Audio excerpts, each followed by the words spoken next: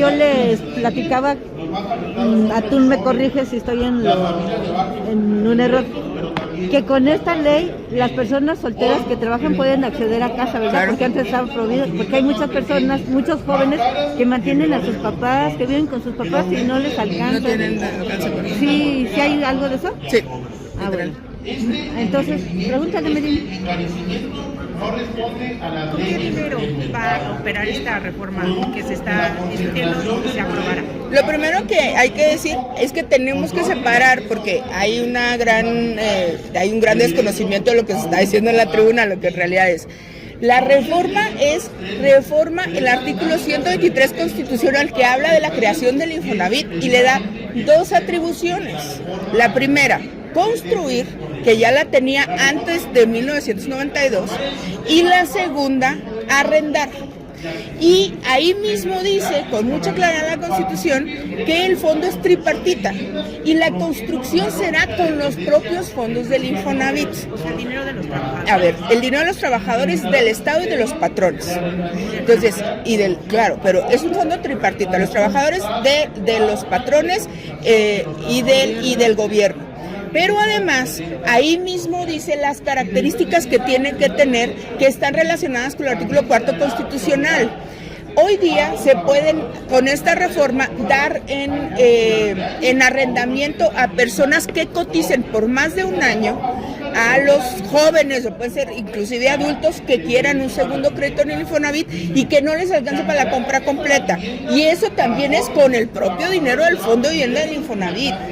Y por otro lado está, Angie, el programa de vivienda nacional que presentó la presidenta, porque creo que ahí es donde hay desconocimiento. La presidenta no, porque la presidenta presenta un programa de vivienda del que yo he sido parte en la estructuración, donde habla de 1 millón de viviendas, 498,000 acciones de viviendas para mejora, para reestructuración y para ampliación de vivienda, porque el rezago habitacional del que se ha hablado mucho en la tribuna, que no se entiende que es el rezago habitacional, no es de vivienda nueva. Hay mucha gente que lo que necesita es actualizar su vivienda, ampliarla, porque su hija se fue a vivir al segundo piso, su hijo, o muchas veces actualizarla para hacer un baño, para hacer un cuarto. Entonces, de eso es otro 500,000 de acciones de vivienda. Y luego 1 millón de escrituraciones, porque uno de los principales problemas que tenemos para la vivienda en este país es la tierra y la certeza jurídica.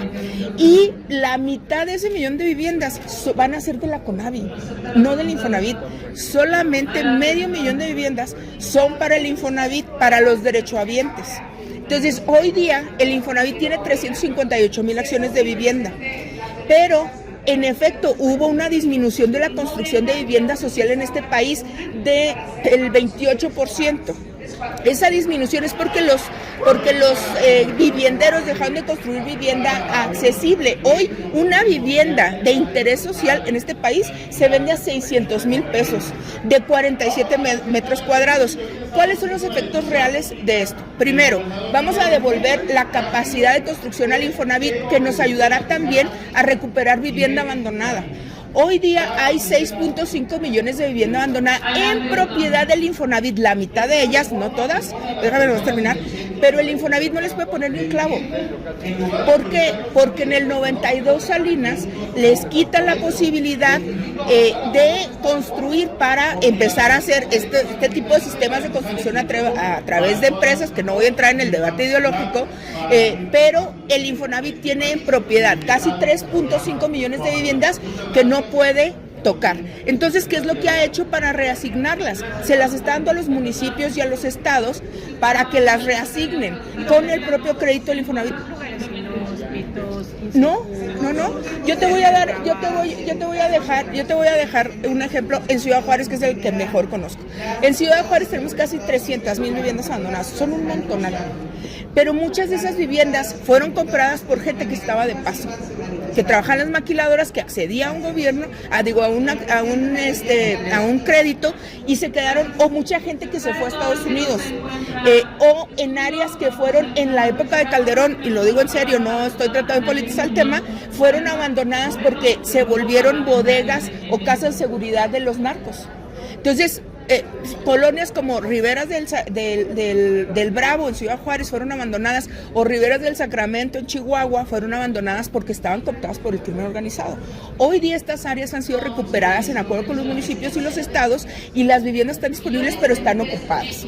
Eso primero. No, ocupadas sobre todo por migrantes.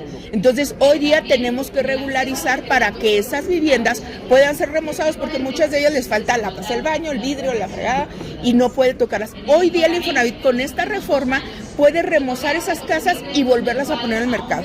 Entonces, vamos a tener, aparte del millón de acciones de vivienda o del millón de viviendas nuevas, vamos a tener la posibilidad de que se recuperen estas casas. Y segundo, la reforma del arrendamiento tiene una razón de ser. Ustedes vivieron con nosotros aquí en el 2010, diciembre del 2010, la reforma laboral de Peña, que vendía a los jóvenes la posibilidad de que pudieran trabajar menos de 8 horas y que aún así pudieran estar dados de alta en la seguridad social. Lo que no les dijeron a los muchachos de aquel entonces es que también iban a tener la mitad de las aportaciones a su subcuenta de vivienda, y que no iban a tener derecho a tener una pensión, y que no iban a tener derecho a la seguridad social. Entonces, hoy día un chavo que empezó a trabajar en el 2011, en el 2012, en el 2013, no tiene los puntos que sus papás o los que cotizaban antes que ellos sí tienen, porque les empezaron a dar la mitad de los puntos en el Infonavit. Entonces, hoy día, 10 años después, no tienen la posibilidad de adquirir una vivienda, y es una salida para poder que los jóvenes puedan accesar, pero también mucha gente que tiene muchos años, que no ha comprado su vivienda, que la están rentando, y en zonas urbanas como la Ciudad de México, donde la propiedad se volvía casi imposible. Lilia, yo te quiero preguntar, en este caso dices de ocupados por migrantes, ¿son como invasiones o pagan renta o pues cómo? Son, a ver, en estricto sentido son invasiones.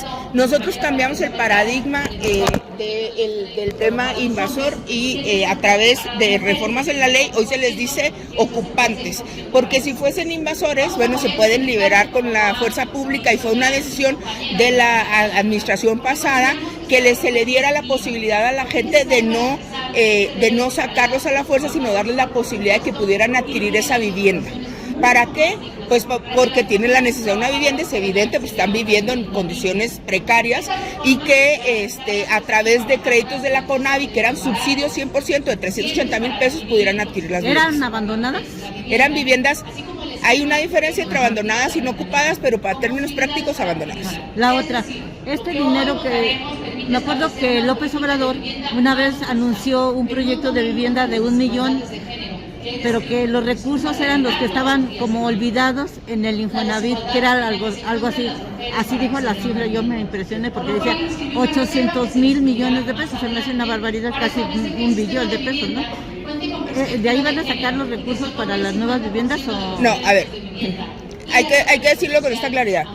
Después de 1992, cuando Salinas le quita la capacidad de construcción a el Infonavit, que además, una cosa que también se ha dicho mucho en la tribuna se dicen, ya construían, y se volvió una barbaridad.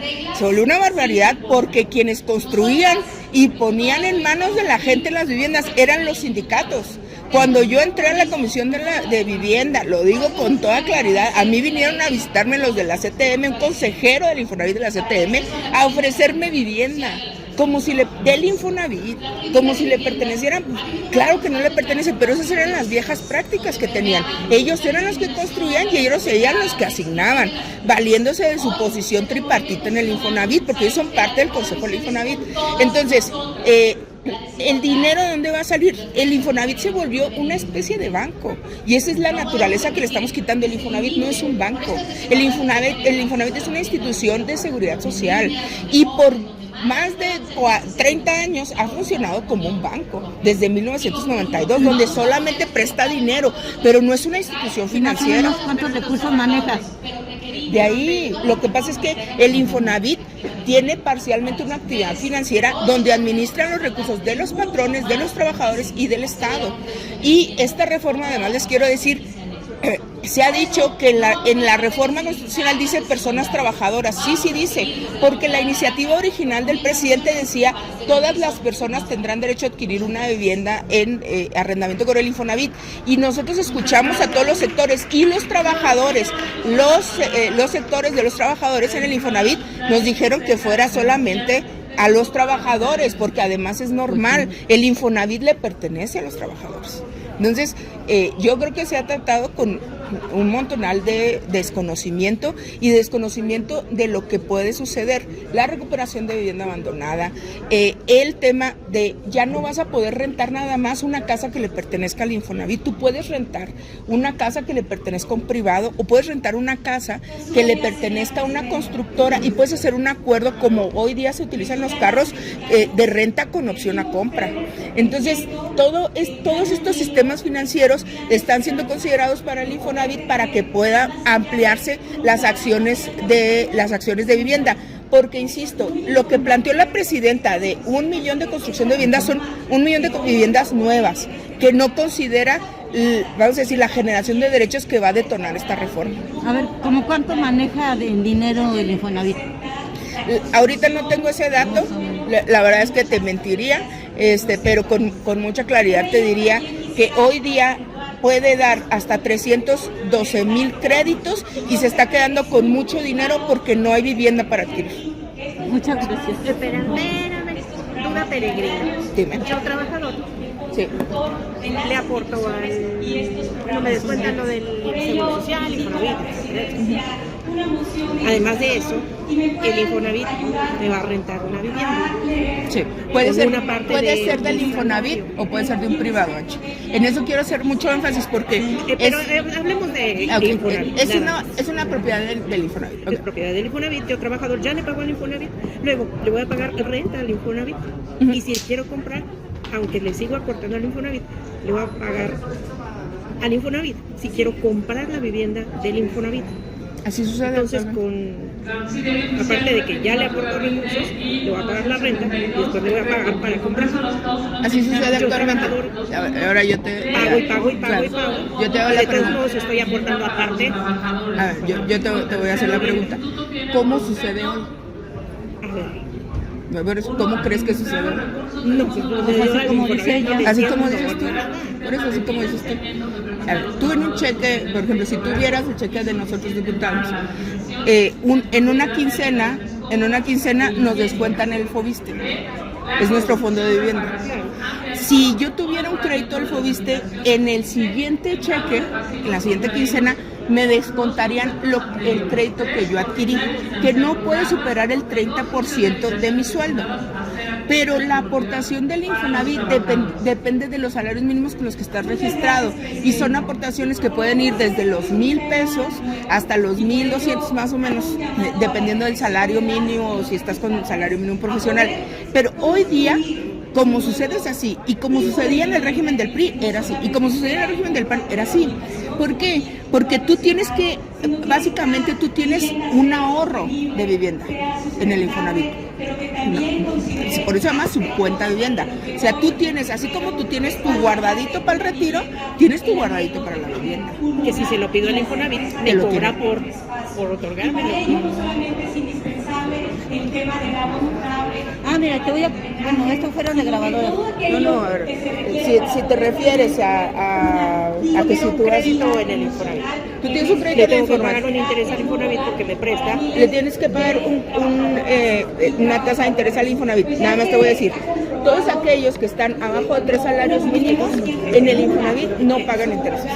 Pero todos los demás. Pero todos los demás sí, pero pagan por debajo de la tasa que adquirirían en cualquier banco. Pero le pagas al Infonavit. O sea, sí, un poco lo que te estoy queriendo decir es que precisamente por eso, porque ha sido una institución financiera, ha sido tratada como eso. Y eso no lo generamos nosotros, le estamos dando vuelta a nosotros. La reforma, según lo que entiendo, al leerla, no dice que el Infonavit dejará de funcionar como funciona. Es que le da una atribución más. Bueno, dos pero en la no realidad. las funciones que está ejerciendo el Infonavit. Porque el Infonavit es un instituto como muchos institutos de vivienda de interés social que tienen muchas labores. La primera es la recaudación, que si tú te pones exquisita dirías, pues la recaudación solamente le pertenece al Poder Ejecutivo y este es un instituto tripartita, pero tiene el fondo la recaudación porque cuando tú adquieres un trabajo, adquieres también un acuerdo con el Infonavit y con el Instituto Mexicano del Seguro Social de que harás aportaciones. Entonces, recaba dinero. Segundo, administra dinero bajo reglas muy específicas que tiene ante la Asociación Mexicana de Valores. Y luego presta. Y hoy día va a construir de nuevo. Y la constructora, eso sí, ya tiene que ver con el programa de vivienda que presentó la presidenta. Ya se dijo que se va a hacer una constructora que será administrada parcialmente también por el Consejo Directivo del Infonavit, donde participan los empresarios, los trabajadores y el Estado. Y mi última pregunta sobre este asunto, Lilia. El director del Infonavit y este programa y estas acciones van a estar a cargo del señor que tuvo a su cargo Pemex. Y más allá de lo que diga la oposición, la sociedad también valora y ve cuáles fueron los resultados que se dieron en Pemex. Y el señor director del Infonavit no es un especialista en esa materia, es un especialista en agronomía que ocupó un puesto de dirección en una petrolera. Hay desconfianza. ¿Cómo se va a librar esa desconfianza respecto a quien tendrá bajo su responsabilidad estas acciones? Yo no creo que haya desconfianza, yo creo que depende de la perspectiva de quien dé la opinión. Yo te diría que es un director del Infonavit, porque también a Carlos Martínez, que fue el administrador, el director anterior, decían que era un neoliberal que había estudiado en el ITAM y que era un banquero. Entonces, ¿por qué? Pues porque evidentemente la oposición, como dice mi papá, nuestros opositores siempre no van a hablar mal de nosotros. Yo te voy a decir qué hizo Octavio en Pemex. ¿A ti te da confianza el señor? A mí me da confianza Octavio porque finalmente hay una cosa que se tiene que atender en Pemex también, que es la atención a los trabajadores, la atención a los sectores. Nosotros con la reforma pasada nos reunimos, no una, infinidad de veces con los empresarios y los trabajadores, porque ¿sabes qué nos pedían? Nos pedían que si íbamos a empezar a construir, que fueran ellos quienes asignaran la vivienda. Porque quieren volver, y lo digo con mucha claridad y te digo con quién nos juntamos, con los consejeros de los sectores, y lo dijeron en un foro abierto en su país. Entonces, tú necesitas también tener un control administrativo y político, y los financieros, tienes un área financiera, y lo que yo te diría de mi análisis específico en lo que sucedió en Pemex, yo viví la reforma del 2014 de Peña Nieto, y el argumento era que Pemex ya era basura y que no se había administrado bien. Bueno, pasamos de ser bonos basura en el mercado a hoy, cuando menos, tener una calificación B. B más. Yo le doy voto de confianza para la actividad que tiene que realizar, y una de las actividades en las que Octavio tiene capacidad probada es en el manejo de los distintos sectores, en este caso los empresarios, los trabajadores y la relación con el propio gobierno. Esa también es una de las actividades del director general del Infonavit. ¿Y qué garantías hay que no va a ser la caja chica del gobierno federal? ¿Sabes quién es la garantía de eso? Los trabajadores y los patrones. Justo la razón por la que nosotros tuvimos que intervenir para que esta reforma fuera una realidad. Además tengo que decirles esto porque por eso quería, mi nombre está en el dictamen porque yo fui iniciadora antes de que el presidente, la razón por la que nosotros tuvimos que intervenir es por la mala relación que había de los empresarios y los trabajadores con el director anterior. ¿Por qué? Pues porque con Carlos Martínez. Entonces, ¿por qué? Pues porque hay una Contraloría natural. El Infonavit no funciona como una entidad de gobierno, es como una empresa, y hay un comité de administración donde la designación de los recursos depende de ese comité de administración, donde tienen voto ponderado e igualitario el sector obrero, el sector patronal y el gobierno. Y el director es eso, es un director, es como una empresa. Entonces, ¿por qué a Penchina lo acusaban de robos millonarios? Porque lo que hacía Penchina es que hizo arreglos con las empresas, con las cobradoras extrajudiciales, se quedaron con un montonal de vivienda. Pero no le metían la mano al cajón. O sea, ¿qué es lo que hizo Penchina? Que salió a relucir el trienio pasado que nosotros atendimos.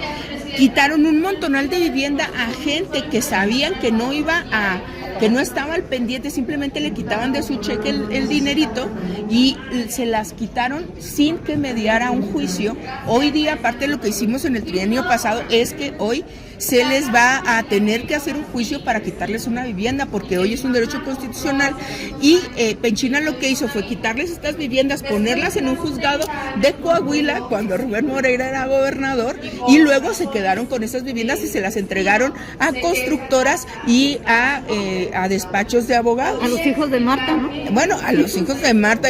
Había un descontrol tal en el Infonavit que fue Manlio Fabio Beltrones en el 2012.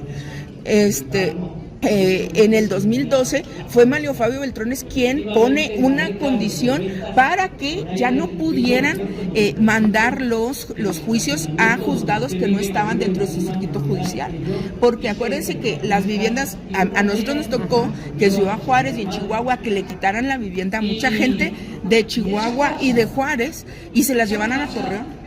Y la gente ni siquiera sabía, o a Nayarit, y la gente ni siquiera sabía que le habían quitado su vivienda. Esa era la manera en la que ellos hacían corrupción. A ver, yo te quiero preguntar algo que es muy importante. Hay despachos que se hacen pasar por el Infonavit, ¿sí? Y te dicen, a ver, yo te voy a manejar tu cuenta por y me vas a pagar tanto. Ya sé que no viste mi intervención, pero yo lo que le digo a la gente, y ayúdenme a decirlo en todos los medios, ya nadie les puede quitar su casa. Nadie. Y entonces esta gente que va y les cobra con torretas, estos son despachos de cobranza extrajudicial que desgraciadamente sigue contratando el Infonavit, que no hemos podido evitarlo, pero que no tienen ninguna atribución ni de ir a cobrarle a la gente a su casa, ni de hablarle por teléfono, ni de utilizar sus datos personales, ni de irles a hacer planes de cobranza. Los trámites del Infonavit solamente se pueden hacer en el Infonavit. Oye, la otra relacionada con eso, hay despachos que saben que ya te vas a jubilar y casi te amenazan para que ellos te hagan tu proceso de jubilación y te cobran como el 30% por hacerte este trabajo. Todos estos son fraudes que nosotros tenemos que empezar a controlar. Lo primero que tenemos que hacer, y no es una opinión muy popular, y ahí por ejemplo Octavio no está de acuerdo conmigo, pero nosotros tenemos que quitar a todas las empresas de cobranza extrajudicial y que hacen actividades públicas desde privados, porque adquieren nuestra información y luego pues la utilizan para extorsionar de esta manera. Son despachos, ¿eh? Sí, por eso. También los que hacen cobranza extrajudicial son despachos, y en la realidad te voy a decir que ni siquiera son despachos. Mira, en Ciudad Juárez, los que se dedicaban a hacer eso eran los familiares del hoy difunto Teto Murguía, que se enteraban, tenían los archivos del Infonavit y se enteraban de toda tu información, de cuánto ibas a jubilar, cuánto debías, cuánto ganabas, y ellos mismos se encargaban de la cobranza extrajudicial. El tema es que cuando tú tienes estos acuerdos con empresas privadas, le estás dando la información sensible de los ciudadanos desde el poder del Estado. Y eso es incorrecto. ¿Qué llamado le haces tú a la gente para que no caiga en esto? Hablando de vivienda, yo no he podido arreglar mi problema de vivienda. Nunca. No. Pero se volvió a elegir Pepe en el INSUS. ¿Por qué no lo vemos ya? ¿Quién es el INSUS? Pepe Iracheta, con el que te mandé. Pero nunca me contestó. A ver, ya para terminar con esto, mándame un mensaje a la gente que está por jubilarse, que debe casa, de que cómo denunciar a estos despachos, porque te dan nombre y dirección, ¿eh? A ver, lo primero es, solamente se pueden jubilar en las oficinas del Instituto Mexicano del Seguro Social o del FOBISTE. No hay otro lugar donde jubilarse. Personas que te hablen para cobrarte, para decirte que te hacen el trámite a través de externos, no son reales, hay que denunciarlos al Instituto Mexicano del Seguro Social. Hoy día el IMSS ya tiene una página para eso, y lo puedes hacer también a través de un número telefónico del IMSS, que hoy no lo traigo en la memoria, pero que está en la página de internet. Y de esa manera podemos empezar a denunciar empresas que están utilizando de manera incorrecta los datos personales de los derechohabientes.